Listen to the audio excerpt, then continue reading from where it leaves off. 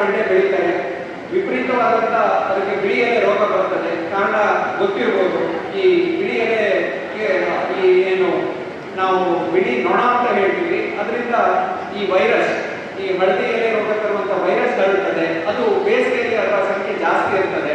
ನಾವು ಕೆಮಿಕಲ್ ಬಳಸಿದಾಗ ಅದ್ರ ಕಾರಣ ಕಡಿಮೆ ಆಗ್ತದೆ. ಆದರೆ ನಮ್ಮ ಈ ಒಂದು ಕೈತೋಟದಲ್ಲಿ ಏನು ಅಂತಂದ್ರೆ ಮುಖ್ಯವಾಗಿ ನಾವು ಯಾವುದೇ ಥರದ ಕೆಮಿಕಲ್ ಅಥವಾ ಕೀಟನಾಶಕಗಳನ್ನ ಬಳಸೋಕ್ಕಾಗೋದಿಲ್ಲ. ನಾವು ಏನಾದರೂ ಕೀಟನಾಶಕ ಅಂತ ಏನಾದ್ರು ಬಳಸಬೇಕಾದ್ರೆ ಬಹಳ ಕಡಿಮೆ ಬೇವು ಆಧಾರಿತ ಏನು ಸ್ಪ್ರೇ ಬರ್ತದೆ ಅದನ್ನು ನಾವು ಬಳಸಬೇಕಾಗ್ತದೆ. ಸೊ ಈ ನಿಟ್ಟಿನಲ್ಲಿ ನಾವು ಯಾವ ಒಂದು ವಾತಾವರಣ, ಯಾವ ಒಂದು ಕಾಲದಲ್ಲಿ, ಸೀಸನ್ನಲ್ಲಿ ನಾವು ಯಾವ ತರಕಾರಿಯನ್ನು ಬೆಳೆಸ್ಕೊಂಡ್ರೆ ಬಹಳ ಉತ್ತಮ ಅನ್ನೋದು ನಾವು ಮೊದಲು ತಿಳ್ಕೊಳ್ಬೇಕಾಗ್ತದೆ. ಅದೇ ರೀತಿ ಇನ್ನೊಂದು ನಾನು ತಿಳ್ಕೊಂಡ ಹಾಗೆ ಈ ಸಾವಯವ ವಸ್ತುವಿನ ಲಭ್ಯತೆ ಅಂದ್ರೆ ಈ ತಾರಸಿ ಕೃಷಿ ಮಾಡಬೇಕಾದವರು ಸಾಧಾರಣ ಈ ಉಡುಪಿ ಸುತ್ತಮುತ್ತ ಇರುವಂತಹ ಪೇಟೆ ಭಾಗದಲ್ಲಿರೋರು, ಅವರಿಗೆ ಈ ಗೊಬ್ಬರ ಆಗಿರ್ಬೋದು ಅಥವಾ ಕಾಂಪೋಸ್ಟ್ ಗೊಬ್ಬರ ಆಗಿರ್ಬೋದು ಅಥವಾ ಎರೆಹುಳ ಗೊಬ್ಬರ ಆಗಿರ್ಬೋದು, ಇದರ ಒಂದು ಲಭ್ಯತೆ ಅವರಿಗೆ ಅಷ್ಟು ಸಿಗ್ತಾ ಇಲ್ಲ. ಹಾಗೆ ಇದನ್ನ ಅವರ ಮನೆಯ ಒಂದು ಜಾಗದಲ್ಲಿ ಕೆಲವಾರು ಒಂದು ಸ್ವಲ್ಪ ಭಾಗದಲ್ಲಿ ತಮ್ಮ ಮನೆಯಲ್ಲಿ ಇರುವಂತಹ ಏನು ತರಕಾರಿ ವೇಸ್ಟ್ ಇರ್ಬೋದು ಅಥವಾ ಮನೆ ತ್ಯಾಜ್ಯ ಇರ್ಬೋದು ಅದನ್ನ ನಿರ್ಮೂಲನೆ ರೀತಿಯಲ್ಲಿ ಮಾಡಿಕೊಂಡು ಅದನ್ನು ಕಾಂಪೋಸ್ಟ್ ಮಾಡಿಕೊಂಡ್ರೆ ಒಳ್ಳೆಯದು. ಯಾಕಂದ್ರೆ ಯಾವ್ದಾದ್ರು ಒಂದು ತರಕಾರಿ ಆಗಿರ್ಬೋದು, ಯಾವ್ದಾದ್ರು ಒಂದು ಬೆಳೆಗೆ ನಾವು ಎಷ್ಟು ಅದಕ್ಕೆ ಗೊಬ್ಬರವನ್ನ ಈ ತರ ಸಾವಯವ ವಸ್ತುವನ್ನ ಹಾಕ್ತೇವೋ ಅಷ್ಟು ಅದು ಆರೋಗ್ಯಕರವಾಗಿರ್ತದೆ, ಅದರ ಅವಶ್ಯಕತೆ ಕೂಡ ಹೆಚ್ಚಾಗಿರ್ತದೆ. ಹಾಗೆ ಈ ತರಕಾರಿ ಕೃಷಿ ಮಾಡೋರಿಗೆ ಇನ್ನೊಂದು ಸಮಸ್ಯೆ ಏನಂತಂದ್ರೆ ಅವರಿಗೆ ಮಣ್ಣಿನ ಒಂದು ಲಭ್ಯತೆ. ಪೇಟೆ ಸುತ್ತಮುತ್ತ ಈಗ ಒಳ್ಳೆ ಮಣ್ಣು ಸಿಗೋದಿಲ್ಲ, ಎಲ್ಲಿದ್ರು ಮುರಾಕಲ್ಲೇ ಇರುತ್ತೆ. ಆಮೇಲೆ ಇನ್ನೊಂದು ಸಮಸ್ಯೆ ನಾನು ನೋಡಿದಾಗ ಇರುವಂಥದ್ದು, ಮನೆಯ ಒಂದು 5 ಸೆನ್ಸ್ ಮನೆನೋ 10 ಸೆನ್ಸ್ ಮನೆನೋ ಇದ್ರೆ ಬಹುಶಃ ಸುತ್ತ ತೆಂಗಿನ ಮರಗಳಿವೆ. ಆಲ್ಮೋಸ್ಟ್ ಆ ಒಂದು ಭಾಗದಲ್ಲೇ ಒಂದು 7ರಿಂದ 8 ತೆಂಗಿನ ಮರಗಳಿರ್ತವೆ. ಈ ಒಂದು ತೆಂಗಿನ ಮರ ಇದ್ದರೆ ಅದರ ಸಮಸ್ಯೆ ಹೆಚ್ಚು. ಈ ರೀತಿ 7-8 ತೆಂಗಿನ ಮರ ಇದ್ದಾಗ ತರಕಾರಿ ತರಸಿ ಮೇಲೆ ಕೃಷಿ ಮಾಡಿರೋದು ಆಗಿರ್ಬೋದು ಅಥವಾ ಕೈತೋಟ ಮನೆ ಎದುರುಗಡೆ ಕೈತೋಟ ಮಾಡಿರೋದು ಎರಡೂ ಸಮಸ್ಯೆನೆ. ತಾರಸಿ ಮೇಲೆ ಮಾಡಿದಾಗ ಅದಕ್ಕೆ ಸಂಪೂರ್ಣವಾದಂಥ ಬಿಸಿಲು ಬರೋದಿಲ್ಲ, ತೆಂಗಿನ ಮರಗಳು ಅದಕ್ಕೆ ತಡೆಯಾಗ್ತದೆ. ಅದೇ ರೀತಿ ಕೆಳಭಾಗದಲ್ಲಿ ನಾವೇನಾದ್ರು ತರಕಾರಿ ಕೃಷಿಯನ್ನು ಮಾಡ್ತಾ ಇದ್ರೆ ಅದರ ಬೇರುಗಳು ಈಗ ನೀವು ನೋಡಿರ್ಬೋದು, ತೆಂಗಿನ ಮರದ ಬೇರೆ ಎಲ್ಲೆಲ್ಲಿ ಹೋಗ್ತದೆ ಅಂತ ಗೊತ್ತಿಲ್ಲ, ಅಲ್ಲೆಲ್ಲ ಹೋಗುವಂಥ ಸಾಧ್ಯತೆ ಇರುತ್ತೆ. ನೀವು ನಿಮ್ಮ ಮನೆ ಸುತ್ತಮುತ್ತ ತೆಂಗಿನ ಮರ ಇರ್ತಿದ್ರು ಪಕ್ಕದ ಮನೆಯವರ ತೆಂಗಿನ ಮರದ ಬೇರುಗಳು ನಿಮಗೆ ತೊಂದರೆಯನ್ನು ಕೊಡ್ತಾ ಇರ್ತದೆ. ಸೊ ಈ ಬೇರಿಂದ ಸಾಕಷ್ಟು ಸಮಸ್ಯೆಗಳಾಗುವಂಥದ್ದು ನಾವು ಕಾಣ್ತೇವೆ.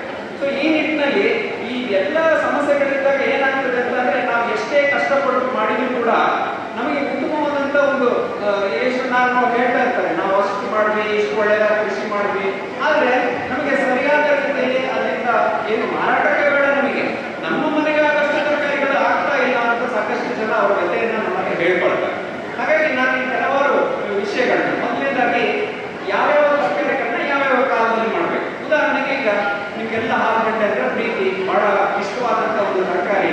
ಅದನ್ನು ಮಾಡೋದಾದ್ರೆ ನೀವು ಆದಷ್ಟು ಅದನ್ನು ಮಳೆಗಾಲಕ್ಕೆ ಅದರ ಒಂದು ಬೆಳೆಯನ್ನು ಮಾಡ್ಕೊಳ್ಳಿ. ಮಳೆಗಾಲದಲ್ಲಿ ಬಹಳ ಸೂಕ್ತವಾಗಿ ಆಲೂಗಡ್ಡೆ ತರಕಾರಿಯನ್ನು ನಿಮ್ಮ ಜಾಗದಲ್ಲಿ ಮಾಡ್ಕೊಳ್ಳಿಕ್ಕೆ ಆಗ್ತದೆ. ನಾನು ಮುಂಚೆ ಹೇಳಿದಾಗೆ ಈ ಬಿಳಿ ನೊಣಗಳ ಸಮಸ್ಯೆ ಏನಿದೆ, ಅದು ಈ ವೈರಸ್ನ ಹರಡುವಂಥದ್ದು, ಅದು ಕೂಡ ಆ ಸಮಯದಲ್ಲಿ ಅದರ ಕಡಿಮೆ ಆಗಿದೆ. ಮತ್ತೆ ಈ ಹೀರೆ ಕೃಷಿ ಅಥವಾ ಹೀರೆ ತರಕಾರಿಯನ್ನು ಮಾಡುವಂಥದ್ದಾಗಿರ್ಬೋದು, ಅದನ್ನಾಗಿರ್ಬೋದು, ಅಥವಾ ಇನ್ನೊಂದು ಮಡಹಗಳ ಅಂತ ಒಂದು ತರಕಾರಿ ಇದೆ, ಆ ತರಕಾರಿ ಇರ್ಬೋದು, ಅಥವಾ ನಾವೇನಾದ್ರು ಸ್ವಲ್ಪ ಜಾಗ ಜಾಸ್ತಿ ಇದೆ, ನಮಗೆ ಸುವರ್ಣಗಡ್ಡೆ ಬೆಳೀಲಿಕ್ಕೆ ಅವಕಾಶ ಇದೆ ಅಂತ ಅಂದ್ರೆ ಸುವರ್ಣಗಡ್ಡೆ ಬೆಳೆಸುವಂಥದ್ದು, ಅದನ್ನೆಲ್ಲ ಈಗಲೇ ಶುರು ಮಾಡಿದ್ದೆ ಆದರೆ ನಿಮಗೆ ಮಳೆಗಾಲಕ್ಕೆ ಅದರ ಒಂದು ಬರ್ಲಿಕ್ಕೆ ಹೋಗ್ತದೆ, ಅವಾಗ ನಿಮಗೆ ಆ ಸಮಯ ಸೂಕ್ತ ಆಗ್ತದೆ. ಇನ್ನೊಂದು ಈ ಮಳೆಗಾಲದಲ್ಲಿ ಬಹಳಷ್ಟು ತರಕಾರಿಗಳನ್ನ ಮಾಡ್ಲಿಕ್ಕಾಗಲ್ಲ. ಮತ್ತೆ ಇನ್ನೊಂದು ಸಾಹಸ ಕೈ ಹೋಗ್ಬೇಡಿ, ಈ ಟೊಮೆಟೊ ಬೆಳೆಸುವಂಥದ್ದು ಅಥವಾ ಮೆಣಸನ್ನ ಬೆಳೆಸುವಂಥದ್ದು. ಏನಾಗ್ತದೆ, ಇಲ್ಲಿ ಸ್ಥಳೀಯವಾದಂಥ ಒಂದು ಮೆಣಸುಗಳಿದ್ದಾವೆ, ಕೆಲವರು ಉತ್ತೂರು ಮೆಣಸು ಅಂತ ನಾವು ಹೇಳ್ತೀವಿ, ಉತ್ತೂರು ಭಾಗದಲ್ಲಿ ಬಹಳ ಪ್ರಖ್ಯಾತವಾದಂಥ ಮೆಣಸಿರ್ಬೋದು. ಅದನ್ನೆಲ್ಲ ಬೆಳೆಸೋದಾದ್ರೆ ಆದಷ್ಟು ಮಳೆಗಾಲ ಕಳೆದ ನಂತರ ಚಳಿಗಾಲಕ್ಕೆ ನೀವು ಕೈ ಹಾಕಿ. ಆದರೆ ಕೆಲವರು ಹೇಳ್ತಾರೆ ನಾವು ಹೂಕೋಸು ಬೆಳೆಸಬೇಕು. ಅದೇ ರೀತಿ ಕೆಲವರು ಈ ನಾವೇನಂತೀವಿ ಇವೆಲ್ಲ ಈ ಥಂಡಿ ವಾತಾವರಣದಲ್ಲಿ ಬೆಳೆಯುವಂಥ ತರಕಾರಿಗಳು, ಹೂಕೋಸು ಇರ್ಬೋದು ಅಥವಾ ಎಲೆಕೋಸು ಇರ್ಬೋದು, ಇವೆಲ್ಲ ಥಂಡಿ ವಾತಾವರಣಕ್ಕೆ ಬಹಳ ಸೂಕ್ತವಾದಂಥದ್ದು. ಈ ವಾತಾವರಣ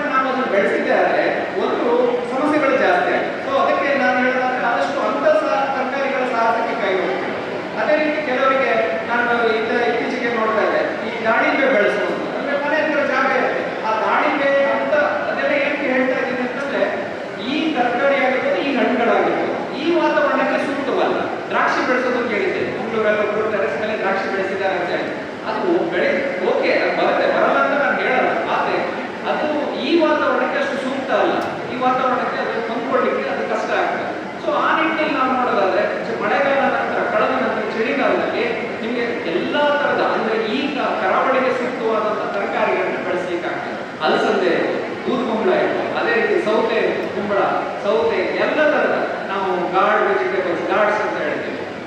ಹಾಗೆ ತೊಂಡೆ ಮಾಡಲಿಕ್ಕೂ ಕೂಡ ಬಹಳ ಸೂಕ್ತವಾಗಿ ಚಳಿಗಾಲದಲ್ಲಿ ಮಾಡಲಿಕ್ಕಾಗ್ತದೆ. ಸೊ ಇನ್ನು ನಾವು ಮಣ್ಣಿನ ಒಂದು ಅಂದರೆ ಈಗ ನಾವು ಮುಖ್ಯವಾಗಿ ಇದಕ್ಕೆ ಪೋಷಕಾಂಶ ಅಂತ ಬಂದಾಗ ನಾವು ಆದಷ್ಟು ಸಾವಯವನ್ನೇ ಬಳಸುವಂಥದ್ದು, ಇದಕ್ಕೆ ರಾಸಾಯನಿಕ ಬಳಸುವಂಥದ್ದು ಬಹಳ ಕಡಿಮೆ ಆಗಿದೆ. ಯಾಕಂದರೆ ನಾವು ಇದಕ್ಕೆ ಹೆಚ್ಚು ಒತ್ತನ್ನು ಕೊಟ್ಟು ಸಾವಯವವಾಗಿ ಬೆಳೆಸುವಂಥದ್ದು ನಮ್ಮ ಒಂದು ಮುಖ್ಯ ಧ್ಯೇಯ ಆಗಿದೆ. ಅದರ ಬಗ್ಗೆ ವಿಶಿಷ್ಟವಾಗಿ ಕರಾವಳಿ ರೈತರಿಗೆ ಗೊತ್ತಿದೆ ಅದ್ರ ಪ್ರಾಮುಖ್ಯತೆ ಏನು ಅಂತ. ಈ ನಿಟ್ಟಿನಲ್ಲಿ ನಾನು ಒಂದು ವಿಷಯ ನಿಮ್ಮಲ್ಲಿ ಹೇಳಲಿಕ್ಕೆ ಇಷ್ಟಪಡ್ತೀನಿ ಏನಂತ ಅಂದರೆ, ನೀವು ಸಾವಯವವಾಗಿ ಬೆಳೆಯಿರಿ, ಅದಕ್ಕೆ ಪೋಷಕಾಂಶವಾಗಿ ಕೊಡುವಾಗ ಈ ಪೊಟ್ಯಾಷ್ ಅಂಶವನ್ನು ಕೊಡುವಂಥ ಗಿಡಗಳಿಗೆ ಪೊಟ್ಯಾಷಿನ ಅವಶ್ಯಕತೆ ಇದೆ. ಪೊಟ್ಯಾಷ್ ಕೂಡ ಅದರ ಮೂಲ ನೋಡ್ತಾ ಹೋದರೆ ಅದೊಂದು ಸಾವಯವದಿಂದಲೇ ಬರುವಂಥದ್ದು ಆಗ್ತದೆ. ನಿಮಗೆ ಪೊಟ್ಯಾಷನ್ನು ಬಳಸೋದು, ಯಾಕಂದರೆ ಈ ನಮ್ಮ ಡೈರೆಕ್ಟ್ ಹೇಳ್ತಾರೆ ಈ ಭಾಗದ ಮಣ್ಣಿಗೆ ಆ ಪೋಷಕಾಂಶಗಳ ಕೊರತೆಗಳು ಹೆಚ್ಚೆಚ್ಚು ಆಗ್ತಾ ಇದೆ. ಸೊ ಆ ನಿಟ್ಟಿನಲ್ಲಿ ನಾವು ಪೊಟ್ಯಾಷ್ ಅಂಶವನ್ನು ಗಿಡಗಳಿಗೆ ಕೊಡುವಂಥದ್ದು ಸ್ವಲ್ಪ ಮಟ್ಟಿಗೆ. ಯಾವಾಗ ಅಂದರೆ ಗಿಡ ಹೂ ಬರುವಂಥ ಟೈಮಲ್ಲಿ ಗಿಡಗಳಿಗೆ ಪೊಟ್ಯಾಷನ್ನು ಕೊಡುವಂಥದ್ದು, ಸ್ವಲ್ಪ ಪೊಟ್ಯಾಷ್ ಕೊಡಬೇಕು. ಒಂದು ಹೂವು ಕಾಯಿ ಹಿಡಿಯುವಂಥದ್ದಾಗ್ತದೆ. ಅದೇ ರೀತಿ ನಾನು ಹೇಳಿದಾಗೆ ಕೆಲವಾರು ರೋಗ ಮತ್ತು ಕೀಟಗಳಿಗೆ ನಿರೋಧಕ ಶಕ್ತಿಯನ್ನು ಕೊಡ್ತದೆ. ನಿರೋಧಕ ಶಕ್ತಿ ಕೊಡೋದ್ರಿಂದ ಅವುಗಳಿಗೆ ಬರುವಂಥ ಹುಳುಗಳ ಸಂಖ್ಯೆ ಕಡಿಮೆ ಆಗ್ತಾ ಹೋಗ್ತದೆ. ಸೊ ಈ ನಿಟ್ಟಿನಲ್ಲಿ ನಾವು ಅದಕ್ಕೆ ಹೆಚ್ಚಿನ ಒಂದು ಪ್ರಾಮುಖ್ಯತೆಯನ್ನು ಕೊಡಬೇಕು, ಅದಕ್ಕೆ ಪೋಷಕಾಂಶಗಳಿಗೆ ಕೊಡಬೇಕಾಗ್ತದೆ. ಹಾಗೆ ಮಣ್ಣಲ್ಲಿ ನಾವು ಹೆಚ್ಚು ಸಾವಯವ ವಸ್ತು ಹಾಕ್ತಾರೆ. ಈಗ ಉದಾಹರಣೆಗೆ ಇವತ್ತು ನಾನು ಗಿಡ ನೆಡ್ತೀನಿ, ಗಿಡ ನೆಡುವಾಗ ನಾನು ಯಾವ ರೀತಿ ಕಾಂಪೋಸ್ಟ್ ಅನ್ನು ಬಳಸಬೇಕು.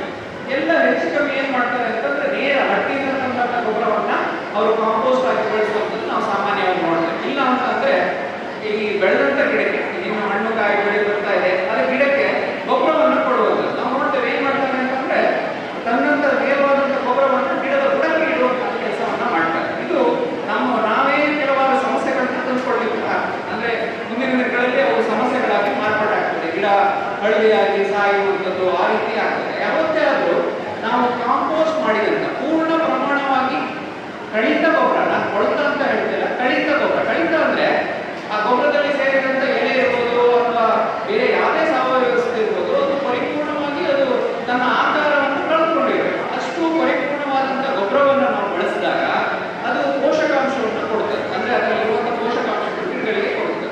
ಇಲ್ಲ ಅಂದ್ರೆ ಏನಾಗ್ತದೆ, ಆ ರೀತಿಯಾದಂಥ ಹೊಸ ಗೊಬ್ಬರ ಅಥವಾ ಇನ್ನೂ ಕಳಿತೆ ಇರುವಂತಹ ವಾಸನೆ ಬರುವಂತಹ ಅಥವಾ ಬಿಸಿ ಇರುವಂಥ ಗೊಬ್ಬರವನ್ನು ನಾವು ಬಳಸಿದಾಗ ಗಿಡ ಅಲ್ಲೇ ಸ್ವರ್ಗರೂಪ ಬರುವಂಥದ್ದು, ಆ ರೀತಿ ಸಾಯುವಂಥದ್ದು ಹೆಚ್ಚನ್ನು ನಾವು ಮಾಡ್ತೀವಿ. ಸೊ ಇದಕ್ಕೆ ಹೆಚ್ಚು ಒತ್ತನ್ನು ಕೊಡಬೇಕು. ನಾವು ಮಣ್ಣಿನ ಮಾಧ್ಯಮವನ್ನು ತಯಾರು ಮಾಡೋದು, ಈಗ ತಾರಸಿ ಕೈತೋಟ ಮಾಡುವವರು ಮಣ್ಣಿನ ಮಾಧ್ಯಮವನ್ನು ಪಾಟ್ ಅಥವಾ ಗ್ರೋ ಬ್ಯಾಗ್ ಯಾವುದೋ ಒಂದು ರೀತಿಯಲ್ಲಿ ಹಾಕೊಳ್ಬೇಕಾಗ್ತದೆ.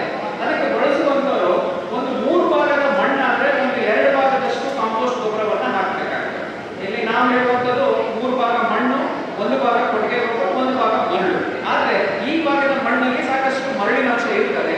ಮರಳಿನಾಂಶ ಇರೋದ್ರಿಂದ ಮರಳಿನ ಸಪರೇಟ್ ಆಗಿ ಹಾಕುವಂಥ ಅವಶ್ಯಕತೆ ಇಲ್ಲ.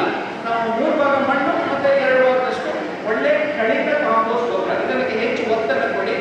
ಆ ಗೊಬ್ಬರವನ್ನು ನೇರವಾಗಿ, ಇಲ್ಲ ಅಂತಂದ್ರೆ ನಿಮಗೆ ಎರೆಹುಳ ಗೊಬ್ಬರ ಸಿಗುತ್ತೆ, ಎರೆಹುಳ ಗೊಬ್ಬರ ಇದನ್ನು ಹಾಕಿ ನೀವು ಮಣ್ಣಿನ ಮಾಧ್ಯಮವನ್ನು ತಯಾರು ಮಾಡಿಕೊಳ್ಳಿ. ಇಲ್ಲಿ ನೇರವಾಗಿ ಬೀಜ ಕೂಡ ಬಿತ್ತಲಿಕ್ಕಾಗುತ್ತೆ, ನೇರವಾಗಿ ಬೀಜ ಬಿತ್ತಬಹುದು. ಯಾವ್ದಾದ್ರು ಒಂದು ನೀವು ಟೆರೆಸ್ ಗಾರ್ಡನ್ನಲ್ಲಿ ನೀವು ಗುಂಡಕ್ಕೆ ನಾನು ಹೇಳಿದಂಥ ಪ್ರಪೋರ್ಷನ್ ಅಲ್ಲಿ ಮಣ್ಣು ಗೊಬ್ಬರ ಹಾಕಿದ ಮೇಲೆ ನೇರವಾಗಿ ಬೀಜವನ್ನು ಬಿತ್ತಲಿಕ್ಕೂ ಕೂಡ ಆಗ್ತದೆ.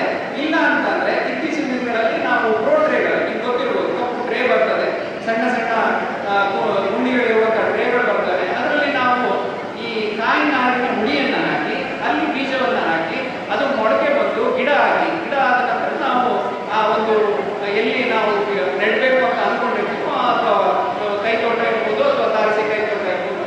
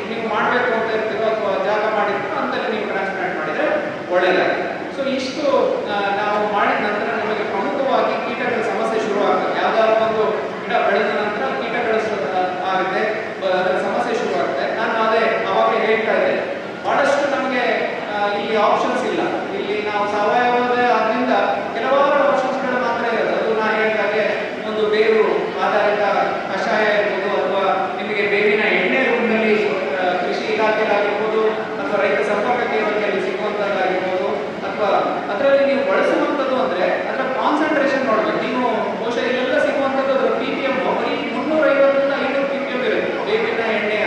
ಅದನ್ನೇ ನೀವು 10,000 ಪಿ ಪಿ ಎಮ್ನ ಬೇವಿನ ಎಣ್ಣೆ, neem oil 10,000 P P M azadirachtin ಅಂತ ಇರುತ್ತದೆ. ಅದನ್ನು ನೀವು 2ರಿಂದ 8 ದಿನ ಬಳಸಿದ್ರೆ ಅದರದ್ದು ಆಲ್ಮೋಸ್ಟ್ ಅಂದರೆ ನಾನು ಹೇಳುವಂಥದ್ದು ಇದನ್ನು ಪದೇ ಪದೇ ಬಳಸಿದ್ರು ಕೂಡ ಯಾವುದೇ ರೀತಿ ಹಾನಿ ಆಗುವುದಿಲ್ಲ. ಮತ್ತೆ ಇನ್ನೊಂದು ಅಂತಂದ್ರೆ ನೀವು ಯಾವಾಗ ಕಾಯಿ ಕೀಳ್ತೀರೋ ಅವರು ಕೂಡ ಇದನ್ನು ಸ್ಪ್ರೇ ಮಾಡಿದ್ರು ನೀವು ಹಾಕುತ್ತಲೇ ತಿಂದರೂ ಕೂಡ ಯಾವುದೇ ಸಮಸ್ಯೆ ಆಗೋದಿಲ್ಲ. ಹಾಗಾಗಿ ಇದಕ್ಕೆ ಈ ಒಂದು ಅಜಾಡಿರೆಕ್ಟಿನ್ 10,000 ಪಿ ಪಿ ಎಮ್ ಅಂತ ಏನು ಹೈಯರ್ ಕಾನ್ಸಂಟ್ರೇಷನ್ ಇರುವಂಥ ಬೇವು ಎಣ್ಣೆ ಇದೆ, ಅದನ್ನು ನೀವು ಯಾವಾಗ ಕೀಟಗಳ ಸಂಖ್ಯೆ ಕಡಿಮೆ ಇರುತ್ತೆ, ನಾವು ಮೊದಲು ಮುಖ್ಯವಾಗಿ ನೋಡ್ಬೇಕು. ಕೀಟಗಳು ಆಗಲೇ ಗಿಡವನ್ನು ವ್ಯಾಪಿಸಿದಾಗ ನಾವು ಸಿಂಪಡಣೆ ಮಾಡೋದ್ರಿಂದ ಯಾವಾಗ ಅವುಗಳ ಸಂಖ್ಯೆ ಕಡಿಮೆ ಇರುತ್ತೆ. ಮತ್ತೆ ಕೆಲವು ಸಂದರ್ಭಗಳಿರ್ತವೆ, ಅಕಾಲಿಕ ಮಳೆ ಬರುತ್ತೆ. ಮಳೆ ಬಂದಾಗ ಇಮಿಡಿಯೇಟ್ ಆಗಿ ನಿಮಗೆ ಸಣ್ಣ ಈ ಮರಿ ಹುಳುಗಳು ಗಿಡದಲ್ಲಿರುವಂಥದ್ದು ಕಾಣುತ್ತೆ. ಅದೇ ರೀತಿ ವಿಪರೀತ ಬಿಸಿಲಾಗ್ತದೆ. ಬಿಸಿಲಾದಾಗ ಈ ರಸಹೀರ ಕೀಟಗಳ ಸಂಖ್ಯೆ ಜಾಸ್ತಿ ಆಗ್ತದೆ.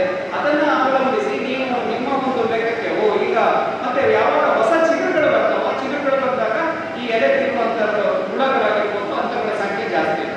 ಸೊ ಇದೆಲ್ಲದಕ್ಕೂ ನಾವು ಒಂದು ಸ್ವಲ್ಪ ಯಾವಾಗ ಅಂತಂದ್ರೆ ನಾವು ನಿರಂತರವಾಗಿ ಅದರ ಜೊತೆಗೆ ಒಡಂಬಡಿಕೆ ಇದ್ದಾಗ ಇವೆಲ್ಲ ಮಾಡ್ಲಿಕ್ಕಾಗ್ತದೆ. ಮತ್ತೆ ಮತ್ತೊಂದು ಬಹಳ ಮುಖ್ಯವಾಗಿ ಹೇಳ್ತೀನಿ, ಇವತ್ತು ತರಕಾರಿ ಕೃಷಿ ಅಥವಾ ನಮ್ಮ ಮನೆಯಲ್ಲಿರುವಂಥ ಕೈತೋಟ ಇರ್ಬೋದು ಅಥವಾ ತಾರಸಿ ಕೈತೋಟ ಇರ್ಬೋದು, ಇವೆಲ್ಲವೂ ಮಾಡಬೇಕು ಅಂತಂದ್ರೆ ಬಹಳ ಮುಖ್ಯವಾಗಿ ನಮಗೆ ಅದರ ಒಂದು ಅಭ್ಯಾಸ ಇದೆ. ಅಭ್ಯಾಸ ಇದ್ರೆ ಮಾತ್ರ ಮಾಡ್ಲಿಕ್ಕೆ ಸಾಧ್ಯ, ಅದ್ರ ಬಗ್ಗೆ ಒಂದು ಇಂಟ್ರೆಸ್ಟ್ ಇದ್ರೆ ಮಾತ್ರ ಮಾಡ್ಲಿಕ್ಕೆ ಸಾಧ್ಯ. ಇಲ್ಲ ಅಂತಂದ್ರೆ ಕೊನೆಗೆ ಅದು ಏನಾಗ್ತದೆ ಅಂದ್ರೆ ನಿಮಗೆ ಅದೊಂದು ದೊಡ್ಡ ತಲೆನೋವಾಗಿ ಪರಿಣಮಿಸ್ತಾ ಇದೆ. ಅದೇ ಟೆರೆಸ್ನಿಂದ ನೀರು ಸೋರುವಂಥದ್ದು, ಆ ರೀತಿ ಬೇರೆ ಬೇರೆ ಸಮಸ್ಯೆಗಳು ಬರಲಿಕ್ಕೆ ಶುರುವಾಗ್ತದೆ. ಯಾಕಂದ್ರೆ ನಾವು ನಿಯಮಿತವಾಗಿ ಇಷ್ಟು ಬೇಕೋ ಅಷ್ಟೇ ನೀರನ್ನು ಕೊಡಬೇಕಾಗ್ತದೆ. ಹೆಚ್ಚು ನೀರನ್ನು ಕೊಟ್ಟು ನಾವು ಕೆಲವು ಕಡೆ ನೋಡ್ತೀವಿ, ಮಲ್ಲಿಗೆಗೆಲ್ಲ ಜಾಸ್ತಿ ನೀರು ಕೊಟ್ಟು ಗಿಡವನ್ನು ಸಾಯಿಸ್ಕೊಂಡಿದ್ದು ನೋಡ್ತೀವಿ. ಇಲ್ಲಿ ತರಸಿ ಕೈತೋಟದಲ್ಲಿ ಹೆಚ್ಚು ನೀರನ್ನು ಕೊಟ್ಟಂಥವ್ರು ಅವರ ತರಸಿ ಹಾಳಾಗುವಂಥದ್ದು ಕೂಡ ಆಗ್ತದೆ. ಸೊ ಇದೆಲ್ಲವೂ ಸಾಧ್ಯ ಆಗೋದು ಯಾವಾಗ ಅಂತ ಅಂದ್ರೆ ನಾವು ಅದಕ್ಕೆ ಒಂದು ಹವ್ಯಾಸವಾಗಿ ಮಾಡಿಕೊಂಡು ಅದು ನಮ್ಗೆ ಇಂಟ್ರೆಸ್ಟ್ ಇರಬೇಕು, ನಮಗೆ ಹೆಚ್ಚು ಅದಕ್ಕೆ ಸಮಯವನ್ನು ಕೊಡುವಂಥದ್ದಾಗಿರ್ಬೇಕು. ಅವಾಗೆಲ್ಲ ಮಾಡೋಕ್ಕೆ ಇದು ಸಾಧ್ಯ ಆಗ್ತದೆ. ಇದು ಬರೀ ಒಂದು 15 ದಿವಸದಲ್ಲಿ ನಿಮಗೆ ಈ ಕಾರ್ಯಕ್ರಮದಲ್ಲಿ ನಾನು ಹೇಳಲಿಕ್ಕಾಗಲ್ಲ. ಪೂರ್ಣ ಪ್ರಮಾಣವಾಗಿ ನೀವು ಈಗ ಇದರ ಬಗ್ಗೆ ಹೆಚ್ಚಿನ ಒಂದು ಮಾಹಿತಿ ನಾವು ಯಾವಾಗ ಮಾಡ್ಬೋದು ಅದರ ಬಗ್ಗೆ ಏನಾದರೂ ನೀವು ಬಹುಶಃ ಕೃಷಿ ವಿಜ್ಞಾನ ಕೇಂದ್ರದಲ್ಲಿ ನಾವು ನಿರಂತರವಾಗಿ ತರಬೇತಿ ಕಾರ್ಯಕ್ರಮಗಳನ್ನ ನಡೆಸ್ತಾ ಇದ್ದೇವೆ. ಆ ತರಬೇತಿ ಕಾರ್ಯಕ್ರಮದಲ್ಲಿ ಭಾಗವಹಿಸಿ ಅದರಲ್ಲೂ ಕೂಡ ಮಾಹಿತಿ ಪಡ್ಕೊಳ್ಳಿ. ಹಾಗೆ ಕೃಷಿ ವಿಜ್ಞಾನ ಕೇಂದ್ರಕ್ಕೆ ಭೇಟಿ ನೀಡಿ ಅಲ್ಲಿ ಕೂಡ ನೀವು ಮಾಹಿತಿ ಪಡ್ಕೊಳ್ಬೋದು. ಹಾಗೆ